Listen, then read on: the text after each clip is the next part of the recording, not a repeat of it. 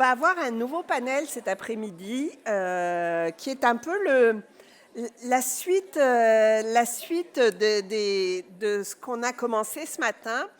Donc, je vous lis un peu les objectifs du panel. Favoriser une meilleure compréhension des défis et des opportunités d'implantation des bonnes pratiques de réduction des méfaits dans les milieux de soins en santé mentale.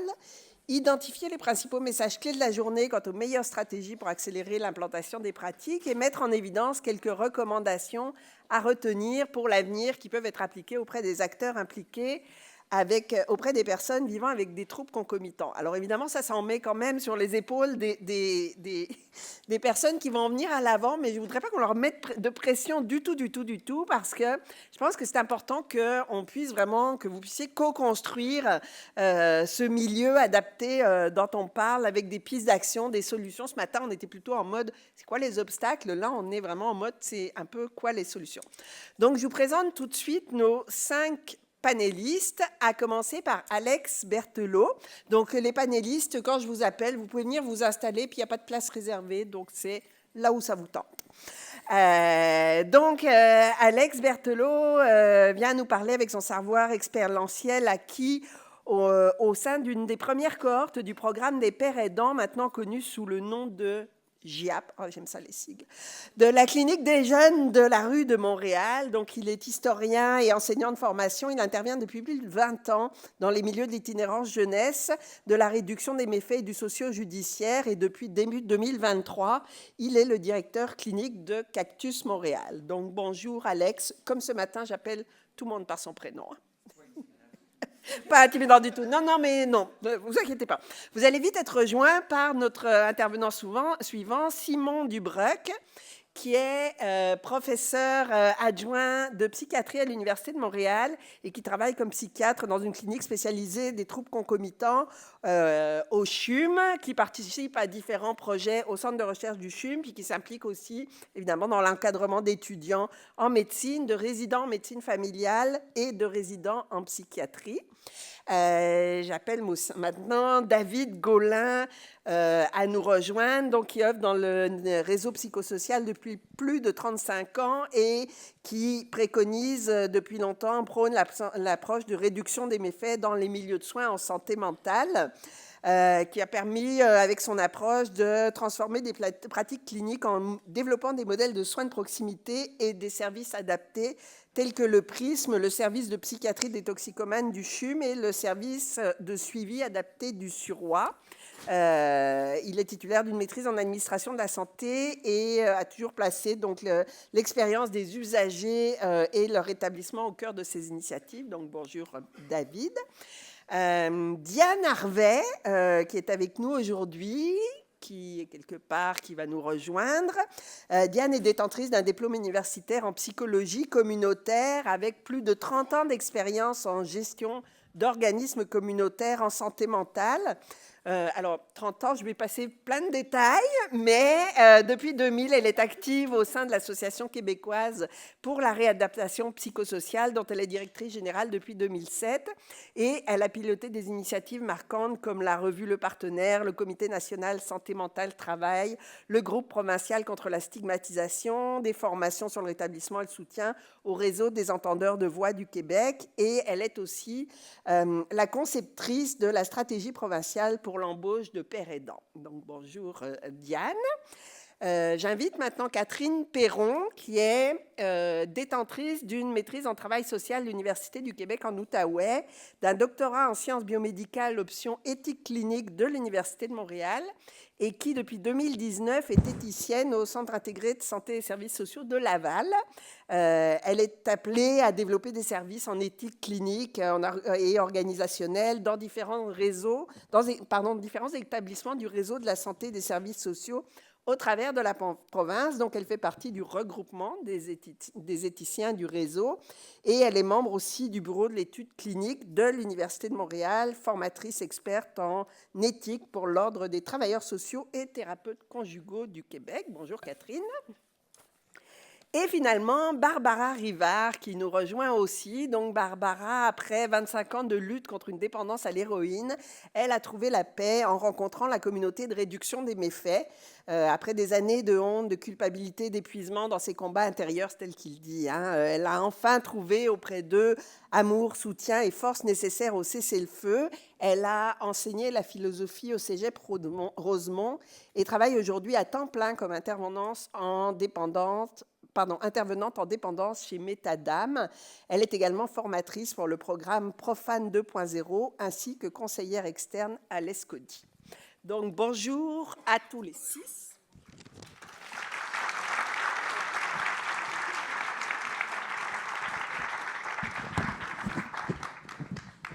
Vous constatez que j'ai un peu oublié d'avancer les diapos, mais c'est pas grave, on les voit défiler à toute vitesse. Donc, déclaration des conflits d'intérêts, toujours la petite formalité, là, donc aucun conflit d'intérêts potentiel ou en lien avec le contenu de cette présentation, sauf Alex Berthelot qui a une petite déclaration à nous faire, mais rien de critique, hein. Rien de critique. Bon, parfait. Écoutez, oups, là je vais trop vite. On va commencer. Depuis ce matin, on met l'emphase sur le fait que les collaborations se parler. On voit d'ailleurs comment les gens ici sont très envie de se parler, puis c'est vraiment génial. Mais j'aimerais que vous nous partagiez, puis on va faire un tour dans table, comme ce matin, dans l'ordre dans lequel vous êtes assis. J'aimerais que vous nous partagiez des exemples de collaboration réussie entre des gestionnaires, des professionnels de la santé ou des personnes qui ont une expérience vécue, qui ont contribué à cette implantation de la réduction des méfaits. On commence avec vous, Alex.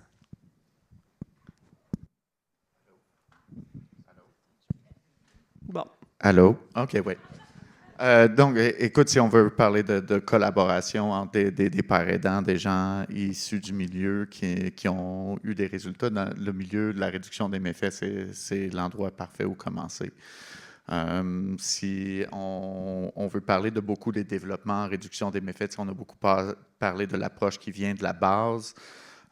Puis les développements, réduction des méfaits, l'amélioration des pratiques est souvent venue par non seulement les pairs aidants, mais les personnes qui utilisent les services.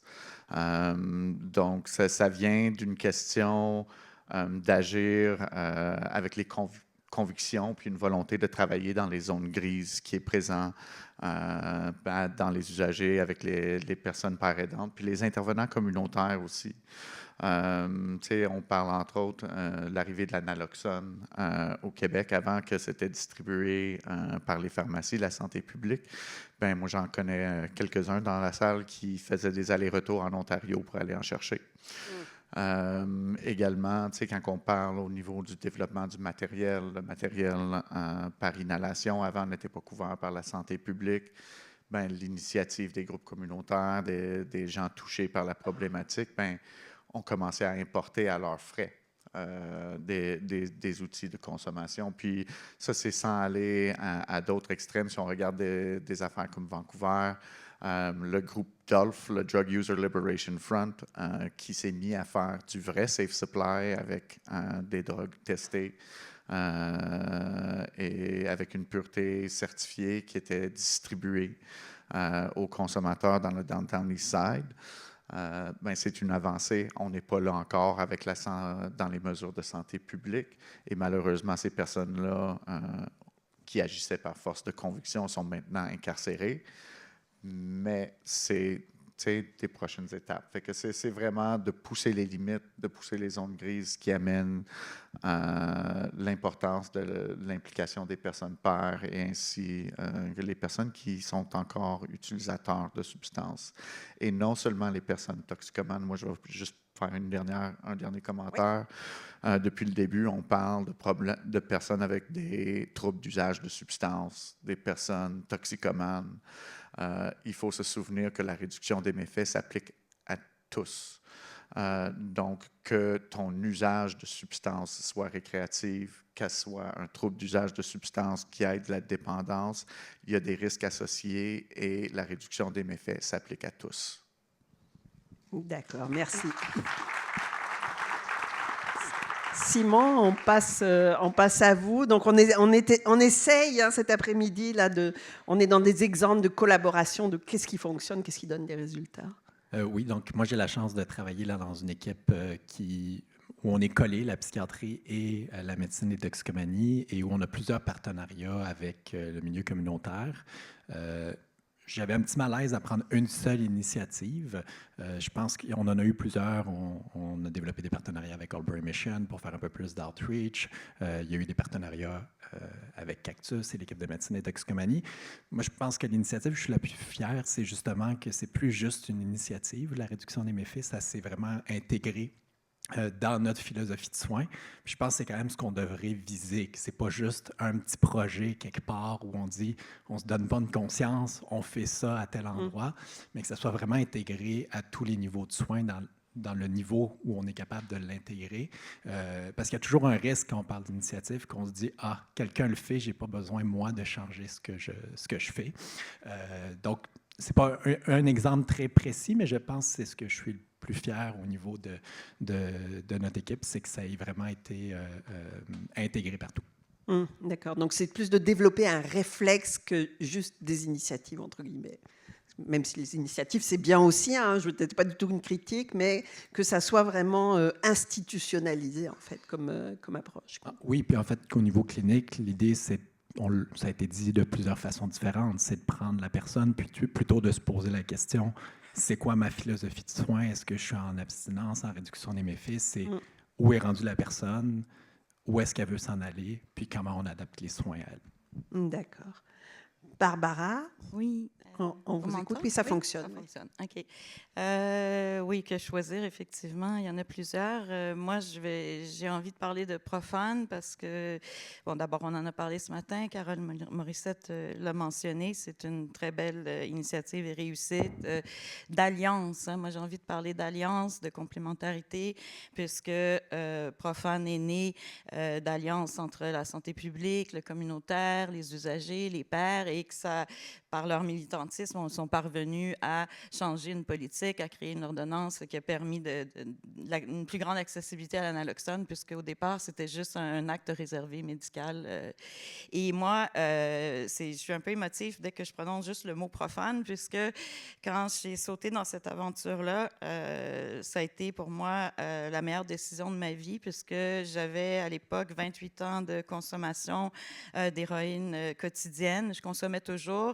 Et on m'a convaincue d'intégrer Profane quand même, de devenir formatrice malgré le fait que je consommais. Je n'y croyais pas. Pour moi, c'était une impossibilité. Pour moi, j'avais gâché ma vie. C'était impossible de travailler en consommant. Je me percevais comme une sale junkie, je prends le terme à escient, puisque c'est comme ça que je me voyais. Et donc, j'ai sauté dans cette aventure-là où il y avait ces alliances-là, finalement. Chez mes collègues, il y avait d'anciens consommateurs, des consommateurs encore actifs et des gens qui n'avaient jamais consommé. Et de vivre au sein de cette communauté-là, à travers Profane, j'ai découvert toute la communauté de réduction des méfaits de Montréal, d'autres alliés, d'autres organismes, des alliés chez des médecins, chez des chercheurs, chez des professeurs. Et ça a bouleversé mon existence. J'ai baigné dans cette communauté-là pendant 1 an et c'est comme si il validait mon existence, il validait qui j'étais et il ne me voyait pas que comme une consommatrice, mais bien sûr, il fallait que je l'utilise. Je ne connaissais pas le concept de savoir expérientiel à l'époque, mais en formation, on me demandait d'aller chercher des exemples de ma vie qui étaient des exemples de quelque chose dont j'avais honte, que je ne voulais absolument pas partager, mais en le faisant, ça a pris une autre lumière, j'ai eu une meilleure compréhension de ce que je vivais moi-même, mais on ne me parlait pas que de ça. Je devenais un acteur de transformation sociale, une citoyenne honorable qui travaillait, etc. Et cette validation-là de tous les aspects de ma vie, tout ce qui était dans la noirceur, c'est revenu à la lumière. Et après 1 an, je suis parvenue à arrêter de consommer. Et je suis certaine que c'est grâce à ça. Parce que pendant 28 ans, j'ai jamais eu de consommation récréative ou heureuse. Pendant 28 ans, j'ai essayé par tous les moyens d'arrêter. J'ai fait 12 maisons de thérapie fermées, j'ai changé de molécule, j'ai changé de pays, j'ai tout essayé et rien n'a fonctionné.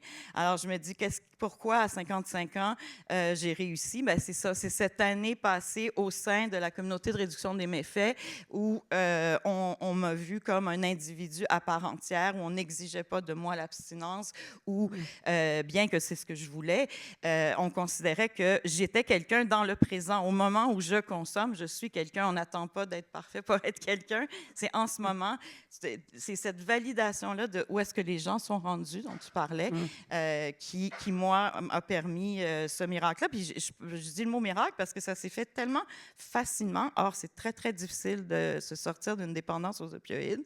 Et quand je dis facilement, c'est sans craving, sans combat, sans quoi que ce soit. Ça fait 2 ans et demi aujourd'hui et ça va toujours très bien. Donc, je milite aujourd'hui pour ça et c'est ce que j'essaie de redonner maintenant au sein de Métadame et au sein de tous les comités, les autres structures qui m'invitent, d'essayer de redonner de la dignité aux êtres humains dans leur entièreté, dans tout ce qu'ils vivent, dans leurs symptômes, leurs forces. Je pourrais donner des exemples concrets quand quelqu'un arrive pour la première fois dans mon bureau. Avant, mon réflexe aurait été de me dire, c'est quoi ton historique de consommation? Mais maintenant, ça va prendre 1 mois avant qu'on parle de consommation. Je sors quitter. C'est quoi tes désirs? Qui tu es? D'accord. C'est la dignité, le respect de la personne avant tout. Et puis, c'est la confiance qu'on a mise en vous de compter que vous êtes une personne, quelle que soit votre histoire, et vous avez une connaissance de ce sujet-là. Tout à fait. C'est vraiment intéressant. Bravo.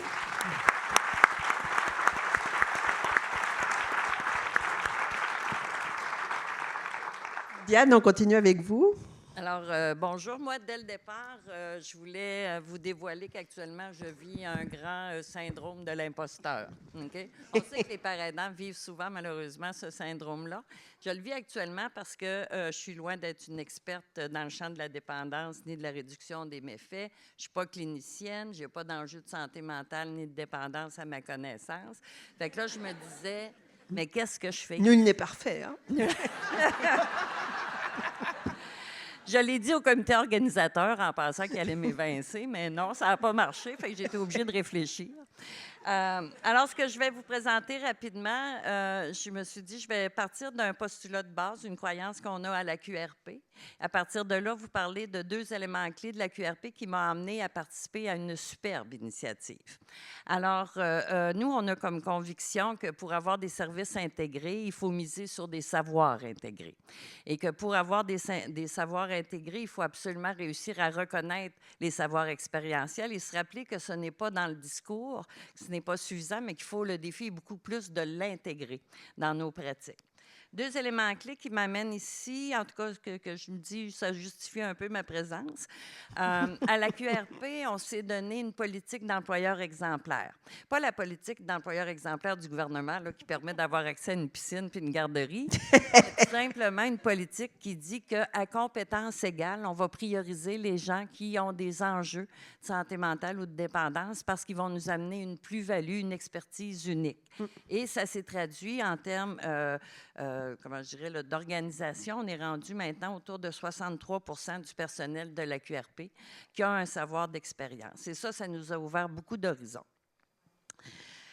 C'est ce qui nous a amené aussi, cette croyance au savoir expérientiel, à obtenir le mandat du ministère pour développer la paraidance dans le milieu de la santé mentale. Aujourd'hui, on parle de 315 paraidants formés par la QRP, puis ça, c'est sans compter tous ceux qui sont formés par d'autres instances, d'autres organisations, et c'est sans compter tous ceux qui se sont lancés dans l'aventure sans nécessairement avoir une formation, mais qui ont eu le support de leur organisation.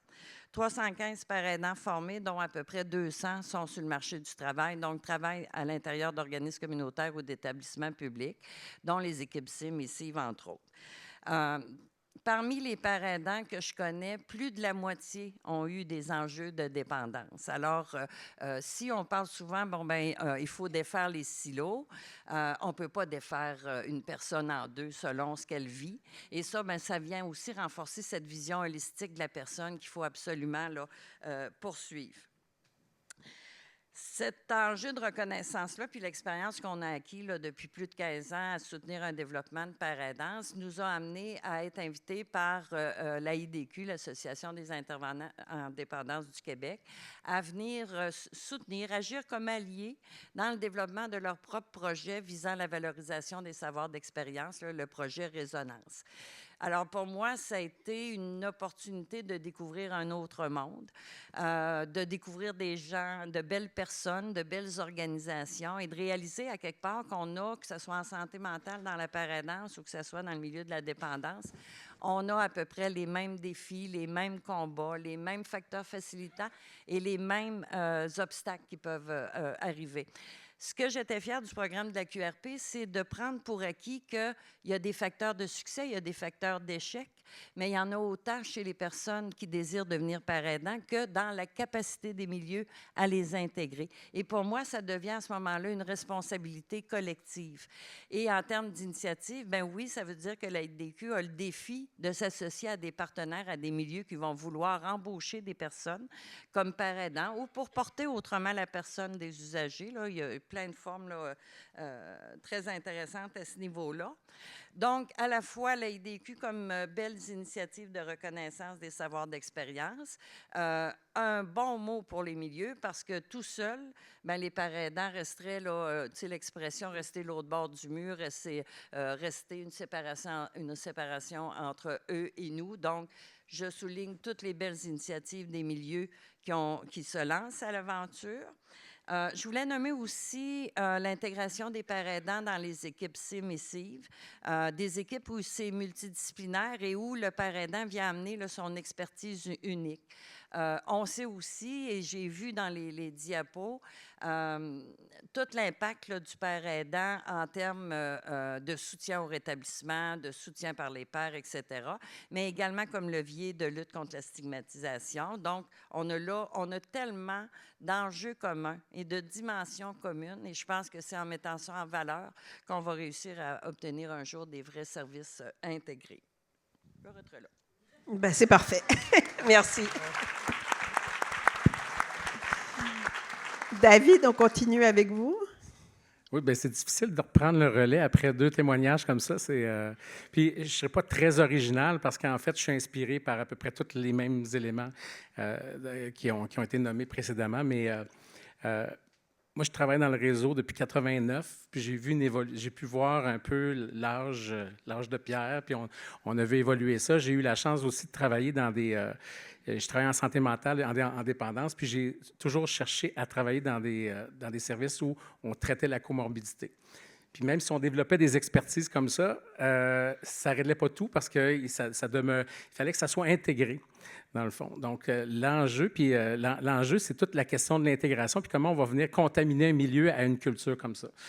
Moi, ma vie de gestionnaire a changé quand j'ai connu les pairs aidants. Donc, je suis parti, j'ai fait ma maîtrise avec l'implication des patients dans leur traitement, puis tout ça, puis j'ai démarré plusieurs projets. Donc, si vous me parlez du projet le plus inspirant de ma carrière, c'est celui d'avoir été chercher cette expertise-là qui ne s'apprend pas à l'université, qui ne s'apprend pas nulle part. Donc, partout, puis j'ai eu la chance de travailler. J'ai vu plusieurs de mes collègues ici. Je me suis promené un petit peu partout dans le réseau.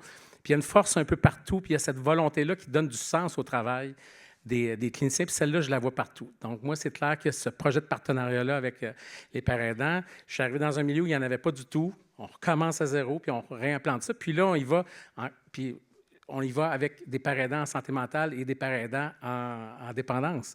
Et des pairs aidants qui ont la dépendance et la santé mentale. Donc, ça, c'est le projet qui m'a rendu le plus fier.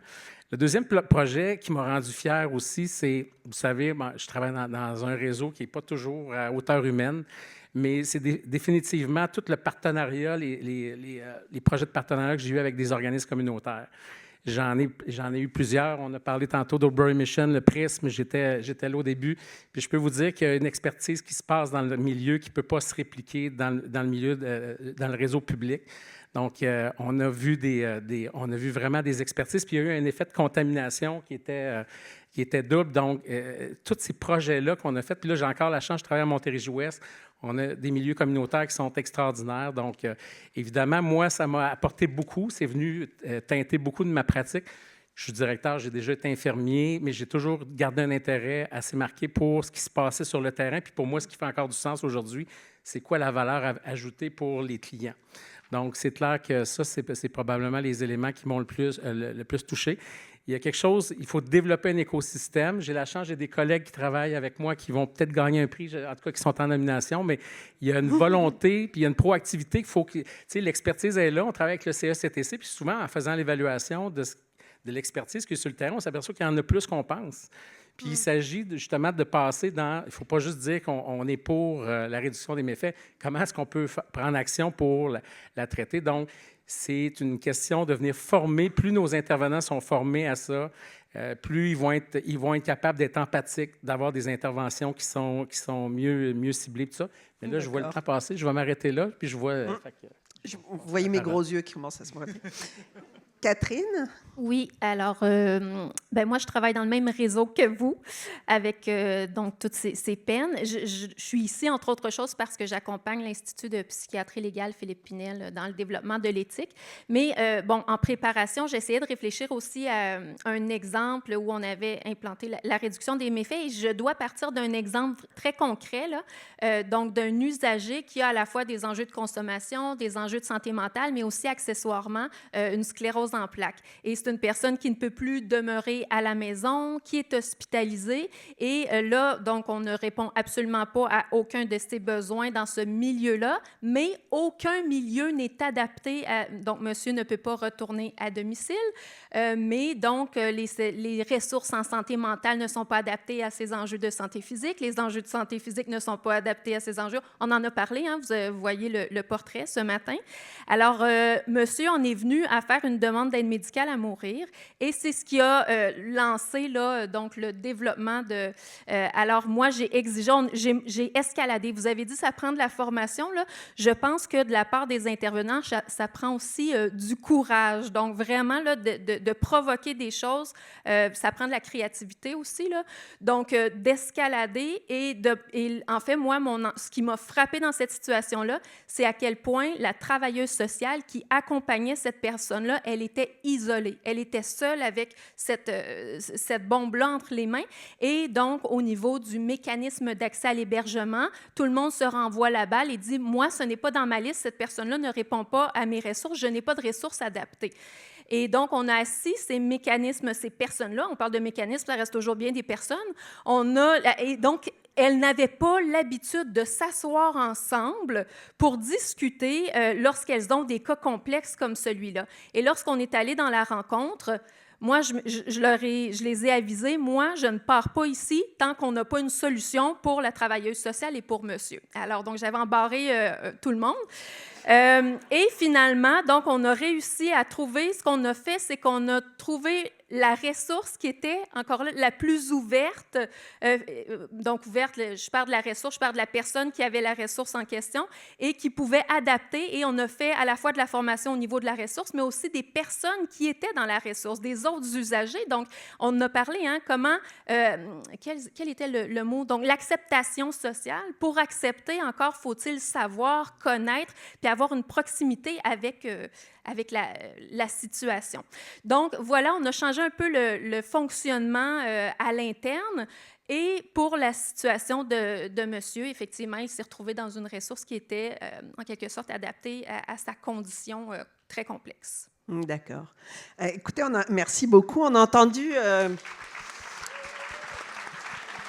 entendu beaucoup de choses depuis ce matin. J'aimerais peut-être vous entendre sur aussi un peu le bilan déjà que vous faites des échanges qu'on a avant. Mais avant ça, il y a quand même, David nous a lancé une perche en disant les pères aidants, ça ne s'apprend pas sur les bancs de l'université. Là, je vais me tourner vers les bancs de l'université. Est-ce que, justement, comment est-ce qu'on forme initialement, puis par la suite, les personnes à cette approche qui est pas assez répandue, pas assez connue, pas facilitée, parce qu'il y a toutes sortes d'obstacles? C'est une très bonne question, effectivement. Tout à l'heure, quand j'ai dit que je ne connaissais pas le savoir expérientiel, c'est vrai, puis je le vis avec les résidents. Souvent, je veux impliquer les résidents sur des recherches ou dans d'autres structures, puis ils me disent, mais j'ai rien à dire. On est tellement... On ne sait pas la richesse du savoir qu'on porte en soi. Donc, comment peut-être que parce que je suis assez vieille et tout, moi, je me tournerais vers certaines formations où, en fait, je ne sais pas c'est quoi. Moi, je l'ai appris en le voyant. Quand j'ai intégré Profane, j'ai vu des pairs donner des formations, je les ai vus et j'ai vu l'effet que ça avait, puis j'ai eu envie de faire comme ça.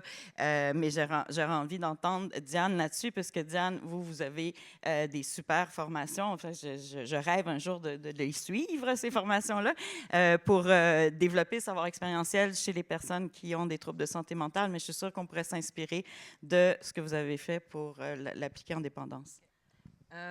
Pour nous, l'enjeu ultime de la formation, c'est outiller les pères aidants sur l'utilisation judicieuse de leur savoir d'expérience. OK? Donc, l'utiliser comme une technique d'intervention.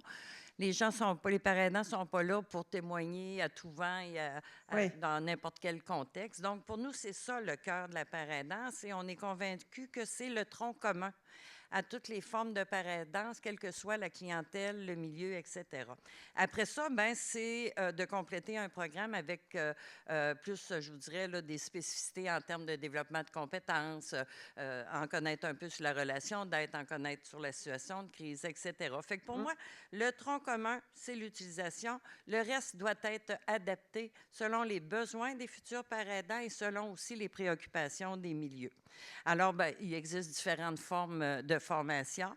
C'est sûr que, je vous dirais, dans les premières années, là, ce qu'on a vu, par contre, en termes de résistance, chez nous, la formation, là, pour dire vite, là, c'est 3 semaines intensives, un peu là, théorique, participative, un stage, des examens, etc.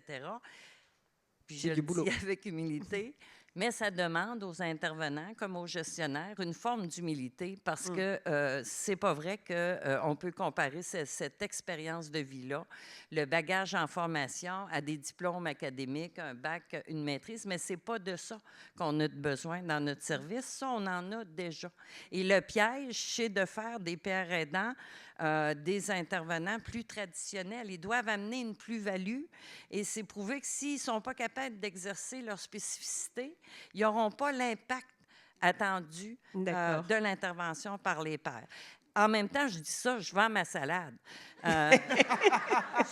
Il y a différentes formes d'apprentissage dans le secteur. Puis, tu sais, c'est pas la QRP qui a inventé la paire aidance. Il faut se rappeler que le modèle DAA, là, ça existait bien avant nous. Et il y a beaucoup, beaucoup d'initiatives dans le milieu de la dépendance qui se sont faites, là, sur le bras et sur le cœur. Mais ça ne fait pas en sorte que ce n'est pas des pères aidants moins bien formés ou autres. Alors, c'est toute la capacité de l'individu à bien utiliser ce savoir d'expérience-là.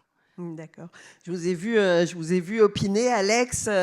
Oui, bien, tu sais, je vais en parler parce qu'à Cactus, on a quand même hérité d'un modèle qui a été développé. Si on veut parler de collaboration, on a hérité d'un modèle qui a été développé au sein d'un CIUS, au sein du CLSC des Faubourgs, aux cliniques des jeunes de la rue. Salut, Marie-Lou. Mais c'est un modèle où, oui, on a des pères qui viennent chez nous qui n'ont aucune formation à part ce qu'ils ont appris sur le tas, leur savoir expérientiel dans leur communauté. Mais l'important de ce modèle-là, c'est que c'était un modèle tout en un. C'était l'emploi et la formation en même temps. Donc, ça permettait aux gens d'avoir un revenu, de pouvoir subvenir à leurs besoins pendant qu'ils suivaient une formation en premier lieu, parce que c'est pas tout le monde qui sort d'une situation de vulnérabilité ou de dépendance ou des troubles de santé mentale qui a le luxe d'attendre ou de faire une formation en attendant de pouvoir se faire payer. Donc, il y a tout cet aspect-là, puis le fait que si on prenait en ce moment les pères à Cactus sont... Puis là, je parle du modèle du JAP spécifiquement. Là. Ils sont à 35 heures semaine. Là-dessus, il y a un 4-5 heures de formation par semaine sur des enjeux entourant l'utilisation de substances, sur le VIH, sur l'hépatite C, sur l'éthique. Il y a les réunions d'équipe. Puis il y a également, puis ce qu'il faut se rappeler quand on intègre des pairs à l'intérieur de nos services, c'est des personnes avec leur vécu. On leur demande de mettre ce vécu-là de l'avant. Et ça peut être traumatisant. Ces personnes-là restent avec leur vécu, avec les vulnérabilités qui sont issues.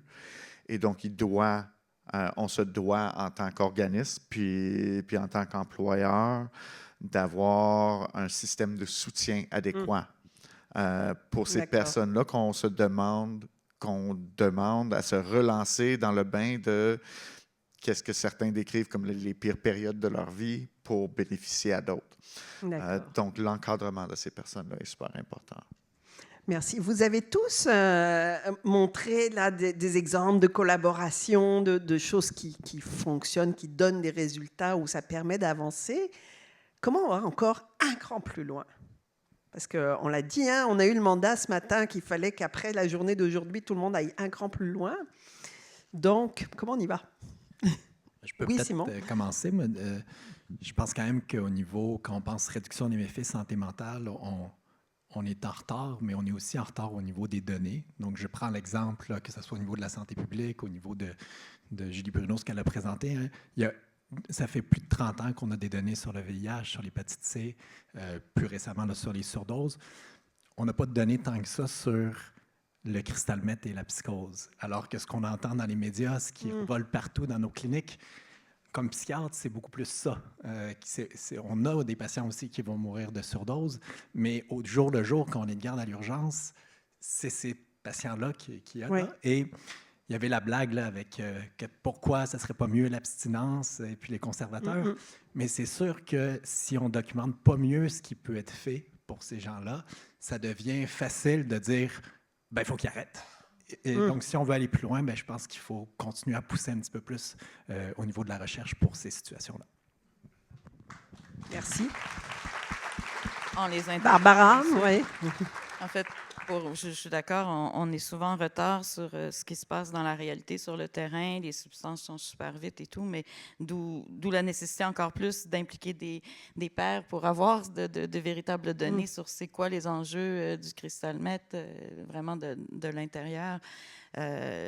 Parce que c'est ça. Puis je pense que c'est une des clés, quelles que soient les initiatives en réduction des méfaits, c'est l'implication des pairs, on en a parlé, mais d'une implication significative, qu'on ne fasse pas juste nous consulter et nous renvoyer avec un bon d'achat pour aller acheter de la nourriture et de laisser ça sur les tablettes. Il faut faire quelque chose avec ces données-là qu'on va recueillir. Il faut qu'on ait droit, qu'on soit impliqué dans les prises de décision, dans l'implantation des services et même, j'irais jusqu'à l'évaluation des services, qu'on soit là à part entière pour que ces initiatives là soient efficientes et efficaces. D'accord.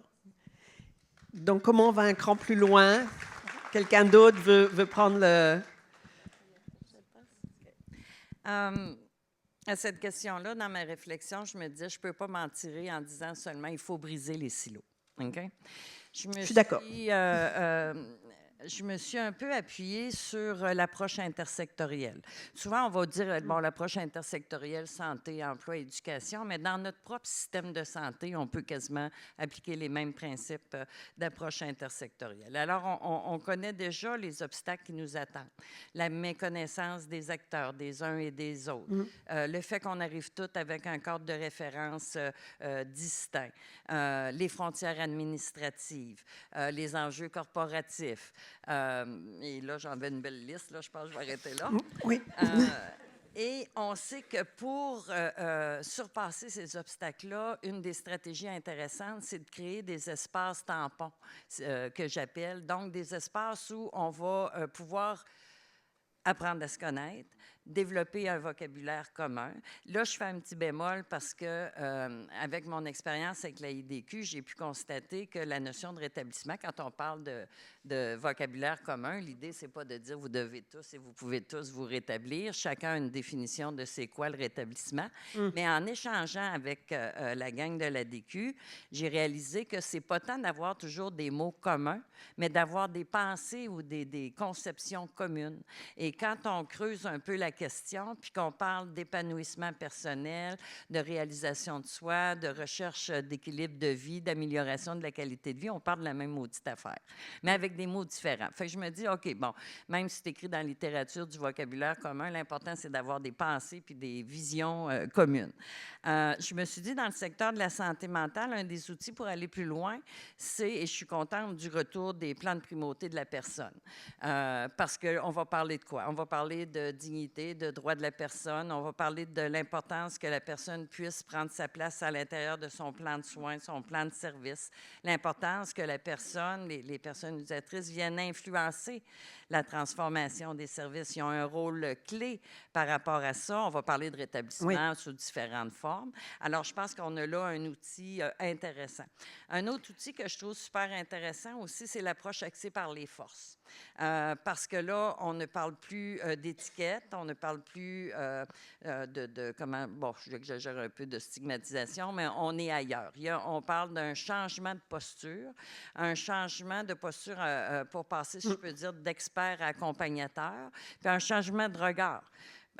Pour passer d'un regard généralement axé sur les problèmes, tout ça, pour passer à un regard axé sur les forces, les compétences de la personne, ses désirs. D'accord. On va parler d'y aller au rythme de la personne, etc. Fait que pour moi, ça, c'est des toutes belles ces choses-là. façons. Puis je finis en disant, quand on parle d'espace tampon, ben moi, je vois là-dedans les formations croisées, toute opportunité qu'on puisse échanger ensemble, comme on le fait aujourd'hui. Donc, se parler, finalement, se parler le plus possible. Justement, parlant de se parler, il faut qu'on se parle avec le public aussi. Hein? Donc, vous voyez, le temps file et les périodes de questions. Je vais vous inviter à venir à l'avant. On va pouvoir continuer. Vous allez pouvoir continuer à parler au travers de tout ça. Donc, on commence de ce côté-là. J'avais promis que je ne poserais pas de questions, mais... OK, je vais faire un détour un peu de sciences politiques. Là, moi, c'est la discipline... Pouvez-vous juste vous présenter oui. une seconde? Donc, je suis anciennement paraidant et patient partenaire au CIUS de l'Ouest de l'île. Donc, c'est ça, sciences politiques. Dans le fond, c'est ça, on l'a mentionné, son nom, mais on sait que Pierre Poilievre va former le prochain gouvernement. On ne sait juste pas si ça va être au printemps ou à l'automne prochain. Donc là, nous, dans la salle, ici, on est pas mal tous progressistes. On veut faire de l'éducation, on veut que les mœurs changent, mais... Il y a beaucoup d'études qui démontrent que les croyances, ça a la vie dure, puis qu'on a beau dire que la science appuie ce qu'on dit, les gens ne changent pas d'avis. Puis, c'est vrai.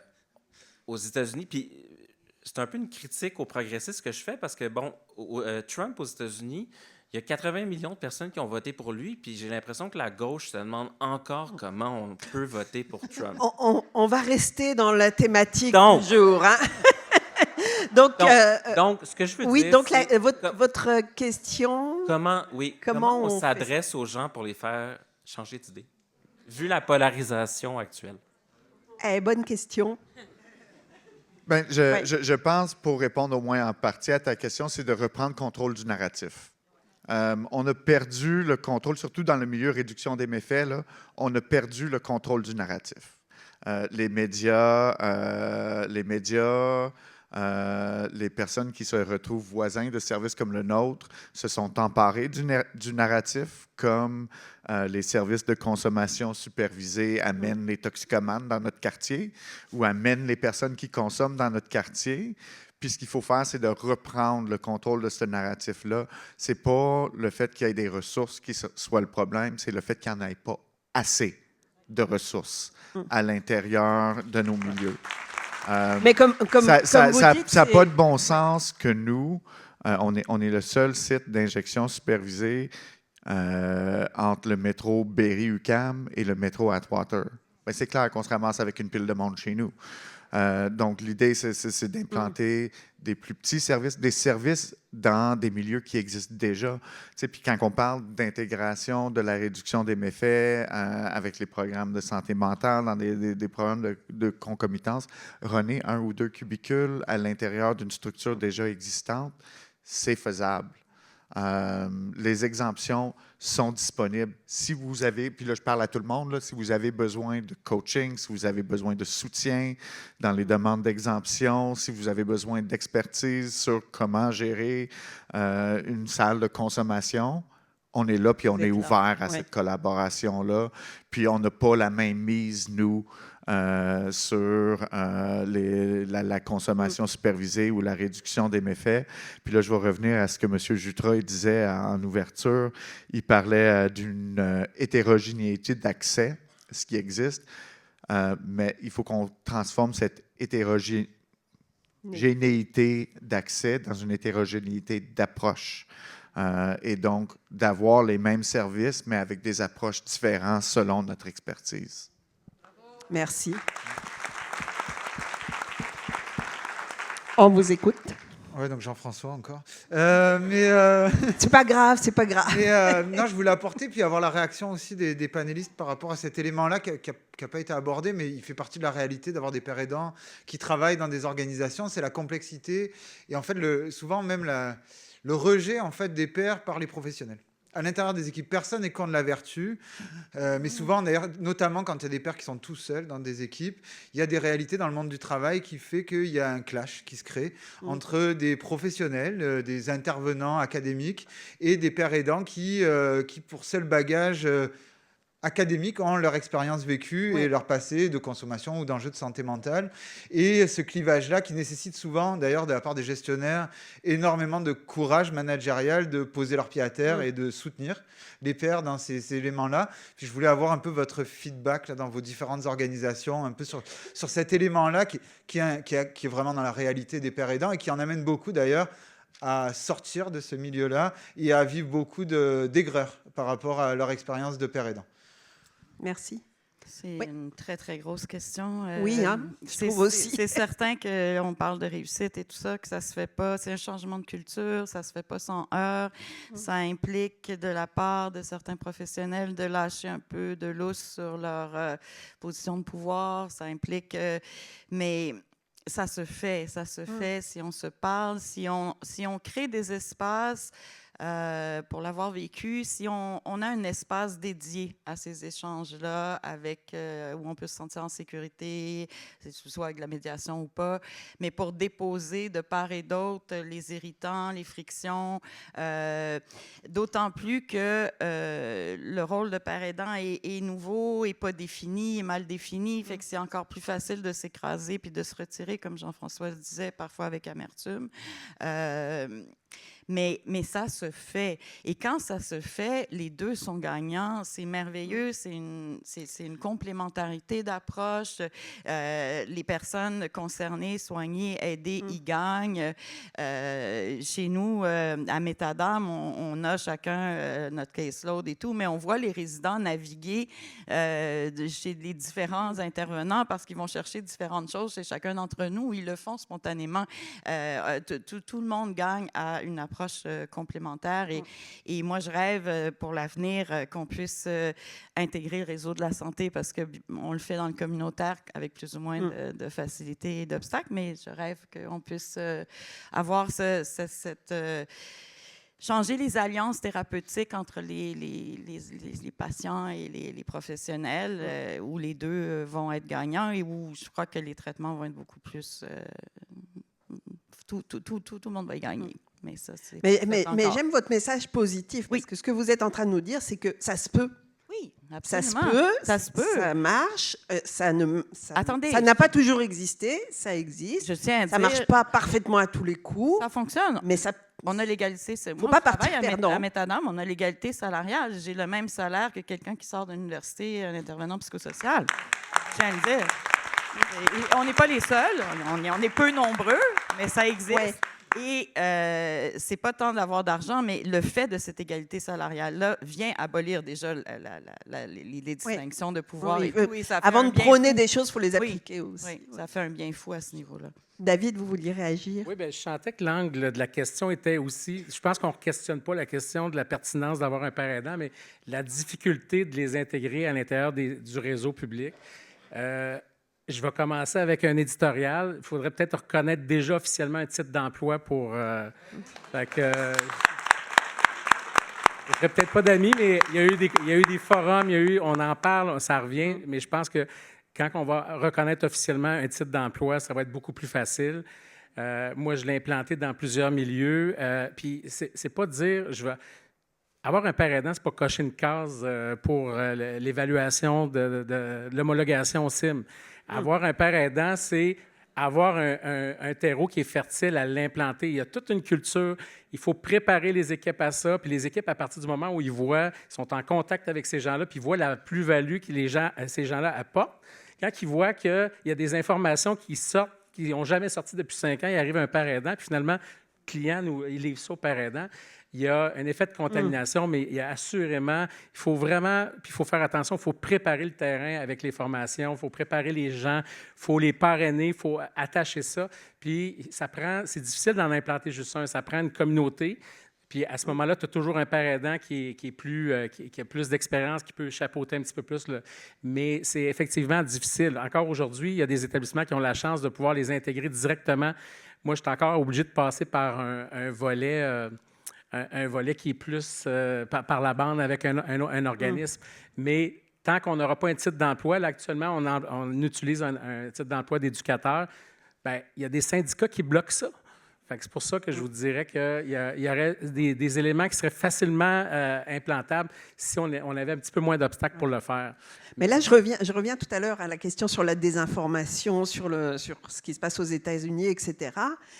J'ai l'impression que ce que vous êtes en train de nous dire, c'est qu'il faut que les gens se parlent entre eux, mais il faut aussi qu'ils parlent et qu'ils pilent des fois sur l'impression que, voyons donc, c'est stupide, pour aller parler à des gens qui ne comprennent pas ou qui ne saisissent pas toutes les opportunités, tous les gains qu'il y a à faire, et des gens qui ne sont pas d'accord.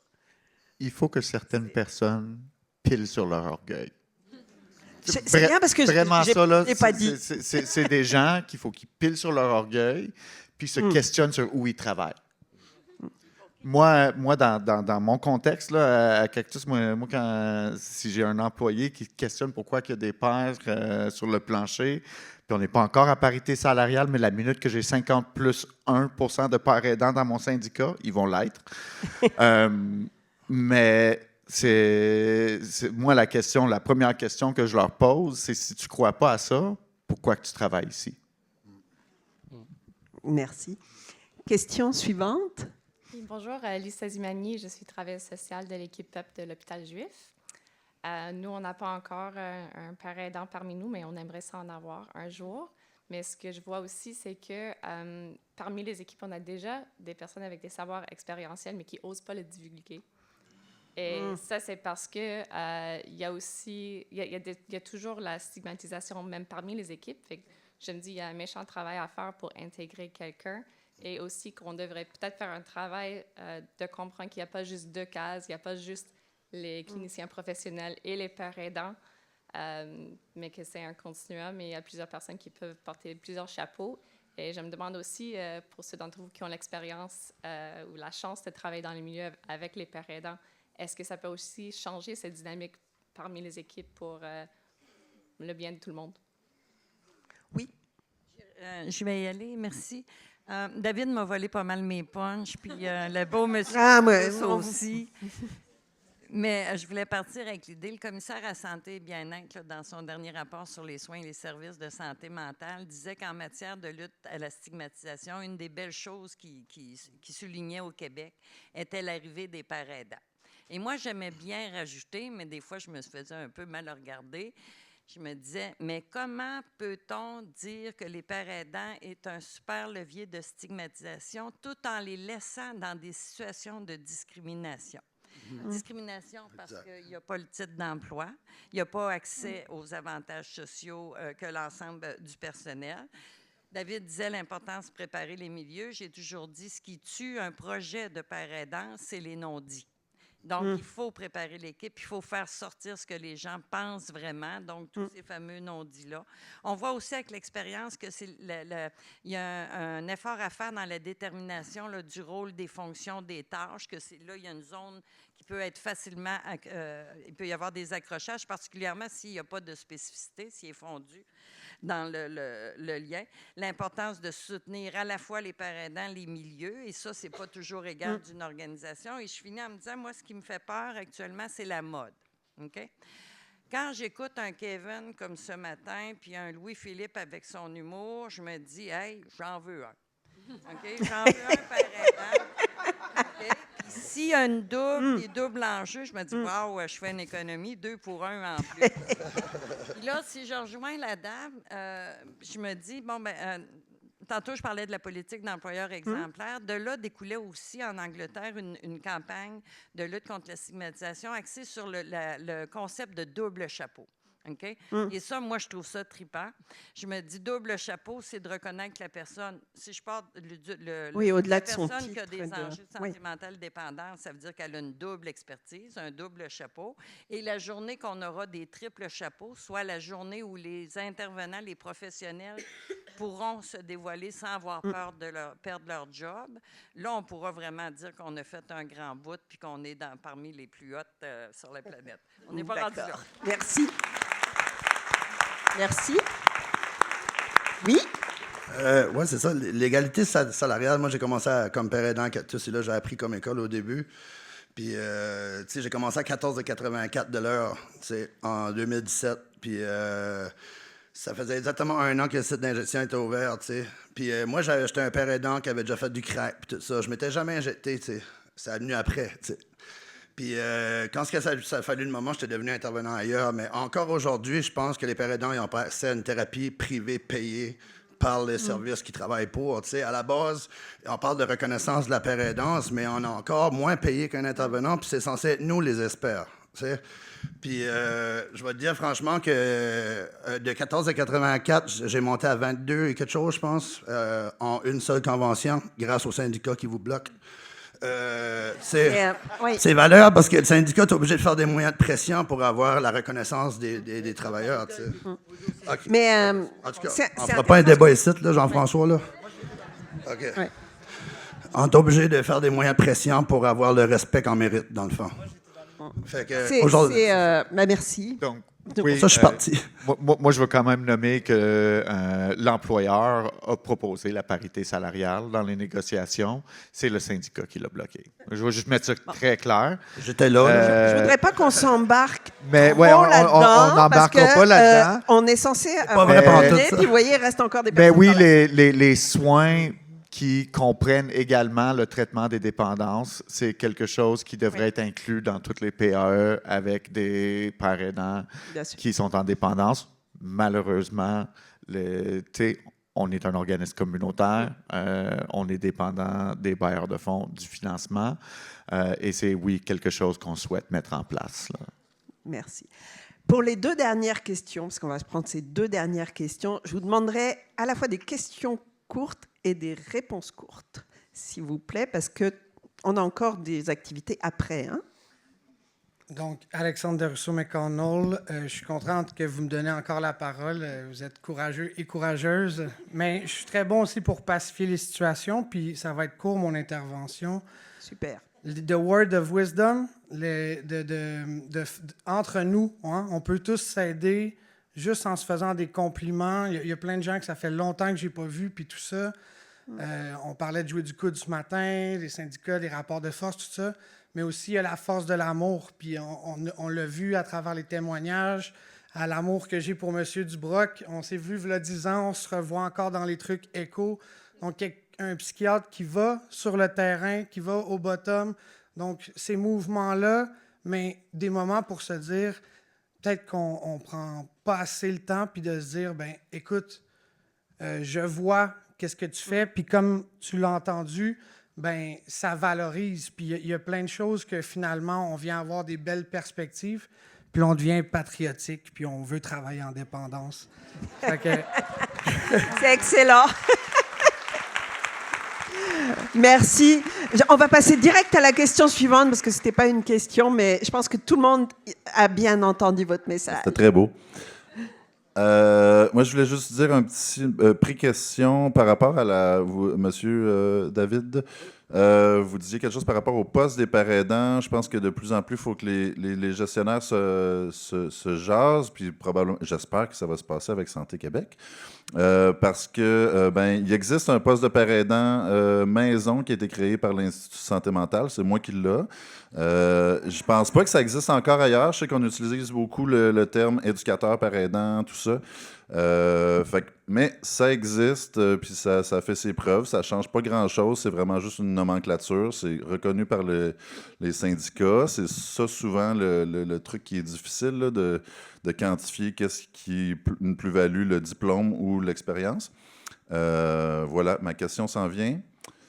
C'est que, parfait. moi, je trouve que on parle de communauté, d'implanter plusieurs pères aidants. Souvent, il y a un père aidant qui arrive en quelque part, c'est la bébite dans sa boîte. Puis je pense qu'on a beaucoup à apprendre du communautaire par rapport justement aux organismes comme Cactus qui avaient déjà plusieurs pères aidants qui travaillent ensemble, qui réfléchissent ensemble et en équipe avec les autres professionnels.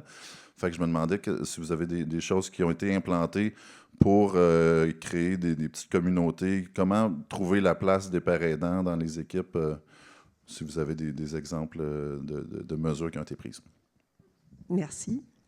Quelqu'un veut répondre? En fait, la volonté, comment je dirais ça? Il faut pas que ça repose sur l'idée d'une personne. Moi, j'aime ça, les pères aidants, mais quand je vais partir d'un poste, il faut que ça soit intégré. Donc, j'en ai intégré dans plusieurs milieux où j'y croyais, puis il y a des milieux où ça a resté. Il y a des milieux où je repassais 2-3 ans plus tard, mais il n'y en avait plus. Donc, c'est vraiment, il faut que ça s'intègre dans une programmation. Il y a vraiment une couleur qui est très particulière en termes d'expertise. Puis, ça devient un peu des gardiens aussi du rétablissement. Tu sais, quand on dit, moi, j'en voudrais partout, tu sais, à l'urgence, souvent, puis ça, je vais en profiter pour en parler, mais souvent, à l'urgence, il faut qu'il y ait une contamination. Tu sais, on dit qu'il faut ordonner, il faut contaminer les milieux. Moi, je travaille dans des milieux hospitaliers, puis à l'urgence, on me dit tout le temps, « Hey, viens chercher ton patient, s'il est itinérant, s'il est toxicomane. » Il faut commencer à faire il faut que les gens apprennent à travailler, c'est les clients de tout le monde. Puis il faut que ça commence partout dans la trajectoire. Parce que sinon, tu sais, si on va arrêter la stigmatisation, bien, c'est ça. Plus on va être capable d'éduquer les gens, puis quand les gens vont comprendre qu'ils ont un bout à faire avec le patient qui arrive au triage, il n'y a pas de presse à le pitcher tout de suite en santé mentale, bien, il y a un travail à faire de ce côté-là. Puis les pères aidants, souvent, quand ils sont à l'urgence, ils servent à contaminer un petit peu les milieux. Ils sont en contact avec les gens qui sont à l'urgence physique. Puis là, il y a comme un apprivoisement, mais c'est vraiment quelque chose qui se fait lentement, mais il faut défaire les stigmas qu'on a à l'interne. Puis plus, tu sais, on le voit, j'ai des collègues qui donnent de la formation à des infirmières. Puis plus les gens sont outillés puis comprennent la problématique, plus ils sont en mesure de pouvoir mieux adresser les enjeux. Puis là, on parlait d'instaurer, tu sais, pour la réduction des méfaits, les trousses de naloxone. On n'en a même pas à l'hôpital. On voudrait en avoir sur les unités, puis on a à se battre un peu pour ça. Donc, il y a un travail, il faut prendre ça à bras-le-corps. Puis il faut que l'ensemble des milieux se sentent concernés par ces enjeux-là puis ces problématiques-là. Oui. Puis ils n'appartiennent pas qu'à une seule spécialité, ils appartiennent à l'ensemble de la trajectoire de service. Fait que pour ça, il faut prendre son bâton de pèlerin puis il faut aller former les gens pour ça. Je pense que c'est la meilleure façon. Mais ce que vous disiez, en fait, si on veut résumer, parce que le temps file, c'est qu'au départ, il y a des questions de personnes qui créent leur nid parce qu'elles sont bien accueillies quelque part, parce qu'on se met à leur faire confiance, on se met à leur donner de la place. Après ça génère des structures, puis après ça génère des modes de fonctionnement. Puis c'est à toutes ces étapes-là. Puis je pensais au rond que vous montriez tout à l'heure, là, où il faut prendre chaque milieu là où il est, chaque personne là où elle en est. J'ai l'impression que peut-être il faut aussi prendre chaque milieu là où il en est, puis l'emmener un cran plus loin. C'est pas les patients qui sont complexes, c'est nos services. Dans le sens que... C'est vrai, on parle de troubles concomitants. On a des carrés, puis on veut faire rentrer des ronds dans des carrés. Il faut adapter nos services comme ça. Écoutez, je vous remercie beaucoup, tous, autant que vous êtes 6, tous les 6. Merci beaucoup à vous. Je pense qu'on peut leur donner une grosse main d'applaudissements. Hein? Je vous invite, vous pouvez retourner.